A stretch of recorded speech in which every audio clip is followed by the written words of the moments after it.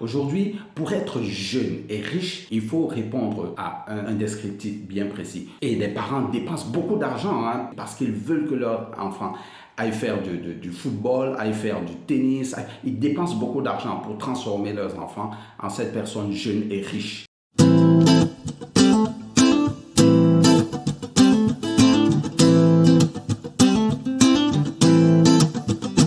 Bonjour, je suis Didier Maïm de Be Different. Bienvenue à cette chaîne. On commence par faire un like, s'il vous plaît. Faites un like. Faites un like pour m'aider à continuer à produire du contenu éducatif pour tout le monde, pour les parents, pour les enfants, pour tout le monde. Cette vidéo sera vraiment réservée aux parents. Vraiment, soyez attentifs à cette vidéo.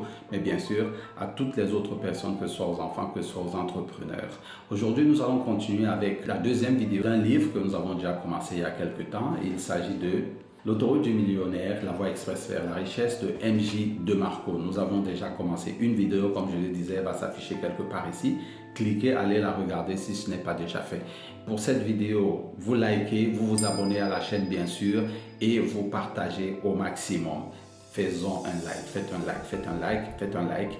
Maintenant, entrons dans le vif du sujet. Nous allons encore parler d'un pan de l'histoire de M.J. DeMarco. M.J. DeMarco a écrit d'autres livres, par exemple Non au script, que je vous conseille vivement de lire, Wealth Exposed, qui est un livre aussi intéressant, très fumant d'ailleurs, et Quitter la course des rats. Voilà d'autres livres de M.J. DeMarco que vous pouvez aller consulter. Et il écrit avec son style impétueux, celui qui s'en fout des conventions. Donc c'est des livres magnifiques. Il parle avec un franc-parler époustouflant. Une autre partie de la vie de M.J. DeMarco, c'est que qu'est-ce qui l'a poussé à devenir, à se décider à devenir un millionnaire? Eh bien, il se passait que sa vie était monochrome, il était monotone aussi, il était apathique, il s'asseyait toujours dans son fauteuil à regarder la télévision et son seul sport c'était de quitter de la maison pour aller s'acheter une glace. Alors un jour, quand il fait son seul sport habituel après être fatigué de regarder la télévision, il rencontre quelque chose qu'il adore, qu'il aime énormément, une Lamborghini. Il est fasciné devant cette Lamborghini et ayant subi l'enseignement de l'entourage selon lequel pour avoir une telle voiture, il faut avoir un certain âge, déjà avoir roulé sa bourse dans un certain nombre de choses, il était très étonné que l'image qu'il s'attendait de celui qui devait entrer dans la voiture était complètement différente. La personne qu'il voit a à peine 25 ans. Et il se dit, waouh, il y a quelque chose qui ne va pas. Est-ce que peut-être c'est un gosse de riche qui a hérité et tout? Ben, il prend quand même son courage en deux mains parce que c'est un garçon très timide. Il prend quand même son courage à deux mains puisqu'il est face à une Lamborghini qu'il voudrait avoir et s'approche de ce jeune homme pour lui demander mais comment vous avez fait pour avoir ce véhicule? Et ce jeune homme de lui dire je suis un inventeur. C'était complètement en dehors de tout ce qu'on lui avait enseigné, en dehors de tout ce qu'il avait appris de son entourage. Parce que, et nous l'avons d'ailleurs, vous allez aussi comprendre le titre de cette vidéo, Francis Ngannou, immigration au Canada, des mensonges savamment entretenus. Vous allez le comprendre avec ce qui va suivre dans la vidéo. Donc, complètement estomaqué, il s'est décidé à ce moment, ok, je vais devenir millionnaire.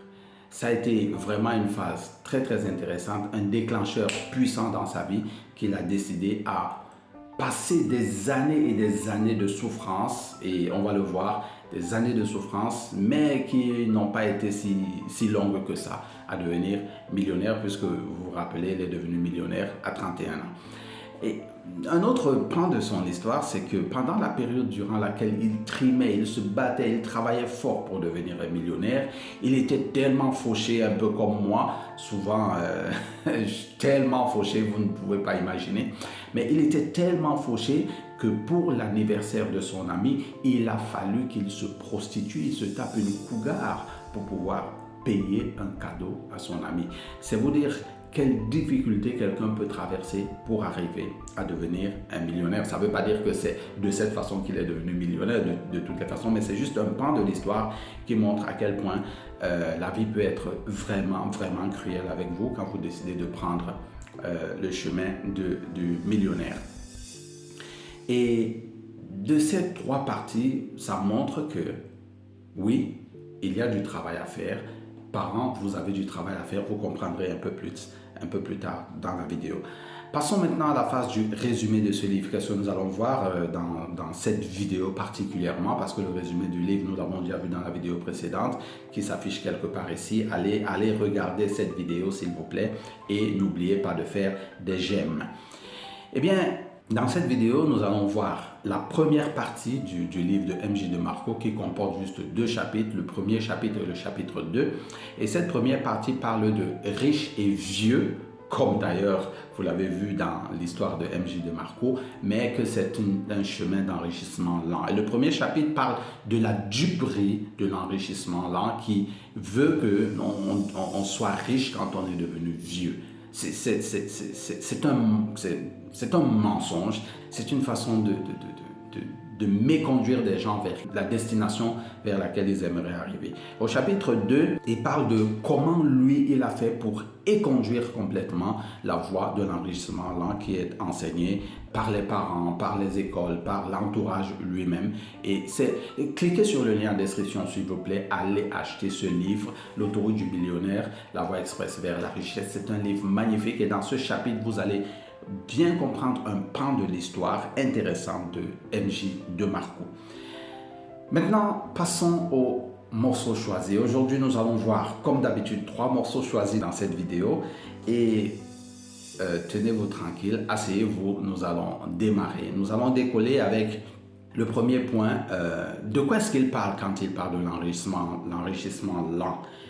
Qu'est-ce qu'il veut par là dire? Comment est-ce que est structuré l'enrichissement lent? Vous le connaissez, mais on va simplement vous le rappeler à la page 24 et au paragraphe 4. Écoutez très bien et une fois de plus, on va interpeller les parents tout à l'heure. Ça s'appelle l'enrichissement lent et ça se résume en gros à ceci. Va à l'école, aie de bonnes notes, passe ton diplôme, décroche un bon boulot, investis dans l'immobilier, achète des terrains partout à Douala, Yaoundé, etc. Place le maximum de ton argent dans ton épargne, dans un compte d'épargne quelque part. Fais des achats dans des endroits où on fait des soldes, déchire des bons de réduction. Comme ça, un jour, quand tu auras, disons, 65 ans, tu seras riche. J'espère que vous reconnaissez ce scénario. Beaucoup de parents l'ont entretenu pendant très très longtemps. Beaucoup de parents continuent de l'entretenir et c'est inadéquat. Beaucoup de parents poussent leurs enfants à aller faire des études, bien que sachant que ça ne garantit pas le succès dans la vie ni la richesse dans la vie. Parents, vous pouvez faire d'une façon différente. D'ailleurs, à la page 25, au paragraphe 1, M.J. DeMarco continue avec une question intéressante que moi aussi je vais poser aux parents aujourd'hui. Malheureusement, moi-même je l'avais fait à une époque, mais aujourd'hui je le déconseille complètement à mes 2 magnifiques filles. Écoutez la question qu'il pose. Montrez-moi un jeune homme de 22 ans qui s'est enrichi en investissant dans des fonds communs de placement. Montrez-moi l'homme qui a gagné des millions en 3 ans grâce à son plan d'épargne. Montrez-moi un jeune homme qui s'est enrichi en découpant des bons de réduction. Où sont ces personnes? Elles n'existent pas. Ce sont des contes de fées de l'impossible. Parents, arrêtez d'entretenir ce mythe. C'est un mensonge. L'éducation scolaire ne rendra pas riche, absolument pas. L'éducation scolaire ne sert d'ailleurs, on va encore le voir tout à l'heure, qu'à vous rendre des employés.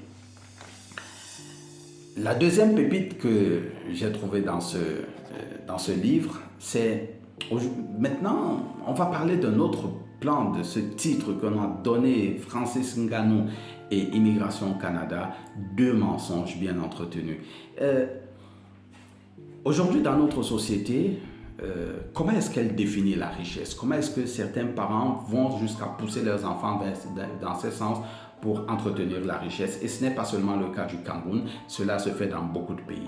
Aujourd'hui, pour être jeune et riche, il faut répondre à un descriptif bien précis. Soit vous êtes sportif et fort, comme Francis Ngannou, comme Samuel Eto'o pour les Camerounais, soit, et les parents dépensent beaucoup d'argent, souvent parce qu'ils veulent que leur enfant aille faire du football, aille faire du tennis, ils dépensent beaucoup d'argent pour transformer leurs enfants en cette personne jeune et riche que la société a imagément je n'ai rien contre ces grands joueurs, ces grands athlètes, Samuel Eto'o et Francis Ngannou, mais le mythe qui a entouré, les mensonges qui ont entouré le fait de devenir riche à ce prix ne sont que des mensonges savamment entretenus.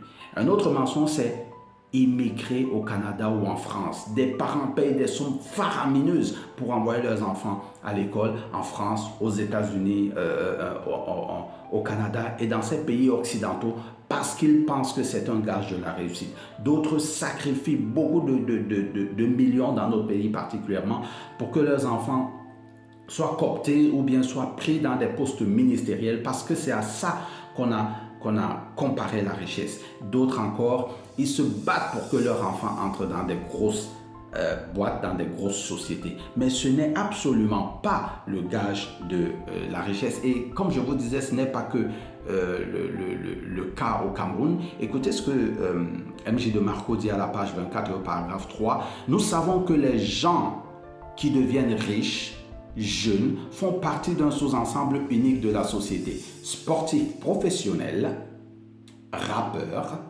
acteurs, animateurs et célébrités. Donc ce n'est pas que le cas de notre pays, le Cameroun, mais c'est dans tous les pays. Dans beaucoup de pays, ce mythe est entretenu, ce mensonge est savamment entretenu.